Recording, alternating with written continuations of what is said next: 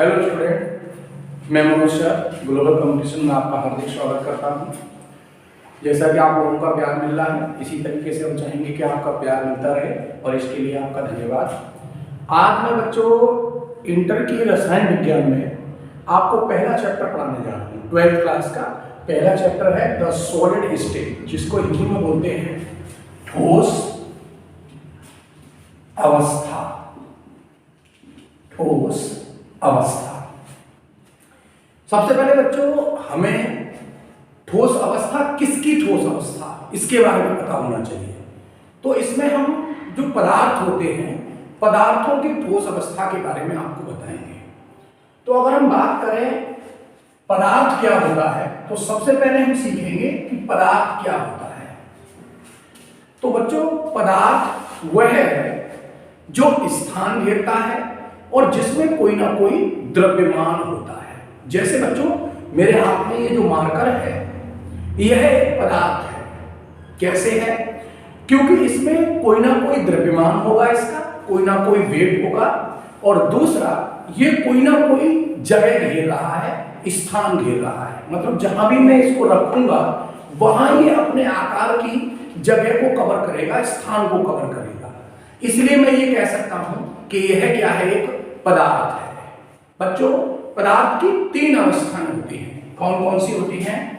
एक आपका ठोस होता है, एक आपका द्रव होता है, एक आपका गैस होता है। तो जैसा कि हमने पिछली क्लासों में पढ़ा है कि जो ठोस होता है उसका जो आकार और आयतन जो होता है वो निश्चित होता है। आकार और आयतन क्या होता है? निश्चित। यानी अगर हमसे कोई ठोस के बारे में पूछे तो हम ये बताएंगे कि वह पदार्थ जिसका आकार और आयतन क्या है, निश्चित है, वो बदलता नहीं है। मतलब जैसे जो उसका आयतन है वो उतना आयतन कहीं भी रखेंगे कवर करेगा, घेरेगा, और जो उसका आकार है, साइज है, वो वैसे का वैसा ही रहेगा, उसमें कोई परिवर्तन नहीं आएगा। यानी आकार और आयतन दोनों निश्चित रहेंगे। अगर मैं द्रव के बारे में बात करूं तो इसका आकार निश्चित नहीं है, परंतु जो आयतन है, आयतन निश्चित है। यानी हम ये कह सकते हैं कि द्रव का आकार निश्चित नहीं होता है, लेकिन इसका आयतन निश्चित होता है। जैसे अगर मान लीजिए 5 लीटर पानी है, तो वो 5 लीटर पानी अगर हम किसी भी बर्तन में भरें तो सभी बर्तन में उसका आयतन जो कवर करेगा वो 5 लीटर के बराबर करेगा। लेकिन जिसमें मान लीजिए अगर हमने किसी दूसरे बर्तन में भरा, पहले मान लीजिए किसी बोतल में भरा, तो उस बोतल का आकार ले लेगा।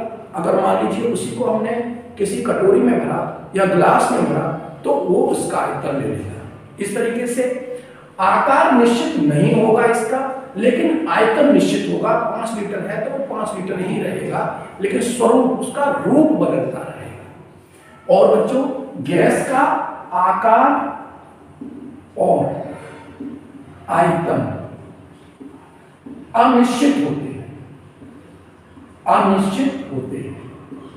मतलब गैस का ना तो आकार निश्चित होता है, न आयतन निश्चित होता है। इसमें दोनों ही अनिश्चित होते हैं। आकार का मतलब गैस को जिस बर्तन में भरा जाएगा ये उसी का आकार ग्रहण कर लेगा, और आयतन, बच्चों यहाँ कंफ्यूज होता है, थोड़ा सा कंफ्यूजन होता है कि आयतन निश्चित क्यों नहीं है गैस का। आयतन निश्चित इसलिए नहीं है क्योंकि गैस को, सपोज करिए कि आप 5 लीटर के सिलेंडर में भरेंगे 3 लीटर गैस को, तो वो पूरे आयतन को कवर करेगी। और अगर 3 लीटर गैस को ही आपने 15 लीटर के सिलेंडर में भरा तो उसका भी पूरा आयतन कवर करेगी। इसलिए हम ये कह सकते हैं कि इसका आयतन भी निश्चित नहीं होता है। लेकिन हमको इस चैप्टर में ये जो 2 टॉपिक है आपके, इनको नहीं पढ़ना है। इस चैप्टर में हमको केवल ठोस के बारे में पढ़ना है।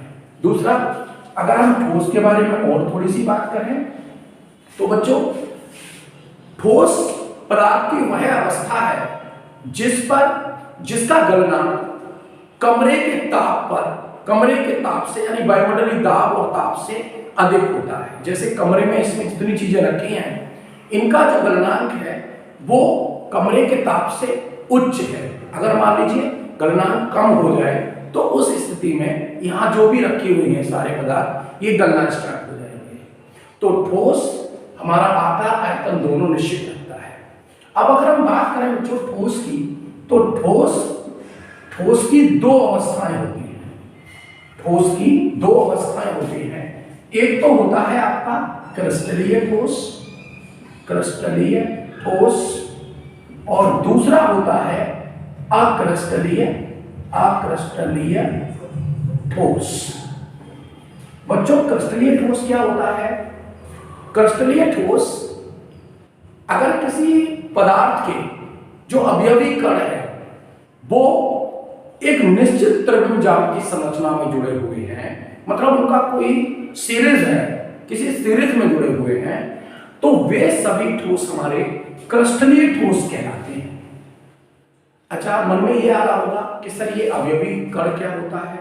अवयवी कण का मतलब है कि उस ठोस पदार्थ का परमाणु, अणु या आयन, ये आपके अगर त्रिविम ज्यामितीय संरचना में, निश्चित त्रिविम ज्यामितीय संरचना में जुड़े हैं, यानी उसका जो संपूर्ण स्वरूप है वो एक निश्चित त्रिविम ज्यामितीय संरचना में है, तो उसको हम क्रिस्टलीय ठोस कहेंगे। जैसे अगर हम बात करें तो आपका सोडियम क्लोराइड, यानी आपका सोडियम क्लोराइड, दूसरा आपका डायमंड, तीसरा आपका सुक्रोज, ये सभी किसके उदाहरण हैं? सुक्रोज बोले तो चीनी का, दूसरा डायमंड हीरा आप जानते ही होंगे, और सोडियम क्लोराइड यानी NaCl नमक, ये सभी किसके उदाहरण हैं बच्चों? ये सभी क्रिस्टलीय ठोस के उदाहरण हैं। अगर हम अक्रिस्टलीय ठोस की बात करें तो अक्रिस्टलीय ठोस वे ठोस होते हैं जिनका अवयवी कण एक निश्चित त्रिविम ज्यामितीय संरचना में नहीं जुड़ा होता है। जैसे अक्रिस्टलीय ठोस में अगर उदाहरण की बात करें हम तो कांच हुआ, कांच है, रबर है, प्लास्टिक है, ये सभी किसके उदाहरण हैं? ये सभी आपके अक्रिस्टलीय ठोस के उदाहरण हैं। तो बच्चों हमने ये सीखा कि ठोस क्या होता है। ठोस वह होता है जिसका आकार और आयतन निश्चित होता है और इसका कमरे के ताप पर जो गलनांक होता है वो वायुमंडलीय ताप और दाब से अधिक होता है, उच्च होता है, तो उसे हम ठोस कहते हैं।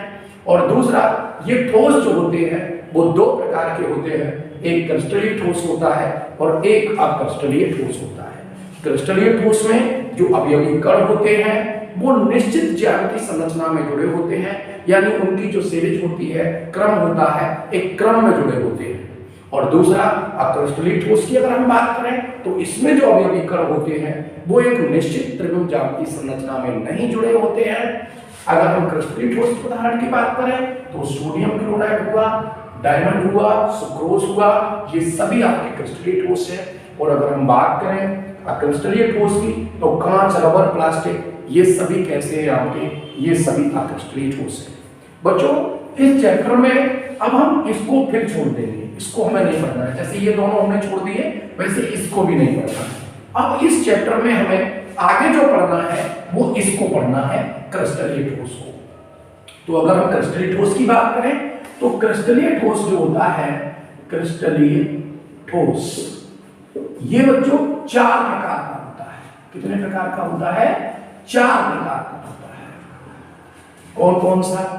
एक होता है आपका आणविक ठोस, एक होता है आपका आणविक ठोस, और दूसरा होता है आपका एक आणविक ठोस होता है, एक होता है आपका आयनिक ठोस, एक होता है आपका आयनिक ठोस, एक होता है आपका धात्विक ठोस, एक होता है आपका धात्विक ठोस, और एक होता है सहसंयोजक या नेटवर्क ठोस। यानी हमसे अगर कोई ये पूछे कि क्रिस्टलीय ठोस कितने प्रकार का होता है तो हम ये बताएंगे क्रिस्टलीय ठोस 4 प्रकार का होता है। कौन कौन से होते हैं? एक आणविक ठोस होता है, और एक आपका आयनिक ठोस होता है, एक आपका धात्विक ठोस होता है, एक आपका सह संयोजक या नेटवर्क ठोस होता है। तो बच्चों, हमने इस प्रकार आज पदार्थ के बारे में सीख लिया है। पदार्थ क्या होता है, पदार्थ की कितनी अवस्थाएं होती हैं। दूसरा हमने ये सीख लिया है कि ठोस क्या होता है और ठोस कितने प्रकार का होता है। तो ठोस दो प्रकार का होता है, एक क्रिस्टलीय ठोस होता है, एक अक्रिस्टलीय। बच्चों, वैसे क्रिस्टलीय ठोस से मतलब ये होता है छोटे छोटे क्रिस्टलों में जो ठोस है उसको हम क्या कह देते हैं, क्रिस्टलीय ठोस कहेंगे व्यवहारिक जीवन में। और अक्रिस्टलीय ठोस वे ठोस जिनमें छोटे छोटे क्रिस्टल नहीं है, मतलब छोटे छोटे क्रिस्टलों से मिलकर नहीं बना है, उसे हम क्या कह देते हैं, अक्रिस्टलीय ठोस कह देते हैं। तो ये सभी क्या है, आपके क्रिस्टल में छोटे छोटे क्रिस्टलों में मिलते हैं। जैसे नमक है, नमक देखा है आपने घर में भी होता है, तो वो छोटे छोटे क्रिस्टल में होता है। जैसे आपका सुक्रोस है, सुक्रोस भी क्या होता है, छोटे छोटे टुकड़ों में होता है। सुक्रोस शर्करा जिसको बोलते हैं, चीनी जिसको बोलते हैं वो। और डायमंड है, वो भी छोटे छोटे कणों से मिलकर बना होता है। ये इसलिए क्या है, क्रिस्टलीय ठोस के उदाहरण है। क्रिस्टलीय ठोस है, कांच देखते हो, रबर देखते हो, प्लास्टिक देखते हो, तो क्या इनमें आपको छोटे छोटे क्रिस्टल दिखाई देते हैं या क्रिस्टलों के रूप में छोटे छोटे में दिखाई देता है? नहीं। तो इसको हम अक्रिस्टलीय ठोस कहते हैं। अब हम क्रिस्टलीय ठोस पढ़ चुके हैं। कितने प्रकार के होंगे? ये 4 प्रकार के होंगे, आणविक ठोस, आयनिक ठोस, धात्विक ठोस और सहसंयोजक ठोस।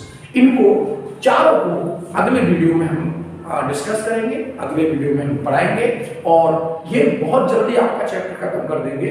इस चैप्टर में जो इंपोर्टेंट टॉपिक्स हैं वो आपकी परीक्षाएं भी नजदीक है, तो परीक्षाओं को देखते हुए हम इंपोर्टेंट जो टॉपिक्स हैं जो आपकी परीक्षा में पूछे जा सकते हैं उनसे संबंधित सारे टॉपिक आपको क्लियर कराएंगे और बहुत जल्दी आपके 3-4 वीडियो में, 4-5 वीडियो में लगभग आपका खत्म कर देंगे पूरा चैप्टर विद न्यूमेरिकल। तो लगातार हमारे चैनल पे आप वॉच करते रहिए और वीडियोज को देखते रहिए और इसी प्रकार मैं आपको समझाता रहूंगा। कहानियों में आप केमिस्ट्री को कैसे खत्म करें मैं आपको सिखाऊंगा। कहानियों में ही आप केमिस्ट्री पूरी खत्म कर देंगे और आपकी तैयार भी हो जाएगी केमिस्ट्री। परीक्षा के समय आपको लोड नहीं लेना पड़ेगा कि हम क्या पढ़ें क्या नहीं पढ़ें, क्या तैयार करें, कुछ नहीं। केवल आप कहानियों में सुनते रहिए और टॉपिक को बस वॉच करते रहिए हमारे वीडियो को और देखते रहिए और इसी तरीके से मैं आपको पढ़ाता रहूंगा। और मैं मनुष्य इसी के साथ अब आपसे विदाई चाहता हूं और अगले वीडियो में एक नया टॉपिक हमारा क्या होगा, क्रिस्टलीय ठोस में जो आपके आणविक ठोस, आयनिक ठोस, धात्विक ठोस, सहसंयोजक ठोस रह गए हैं इनको क्लियर करा देंगे। ओके, धन्यवाद, थैंक यू।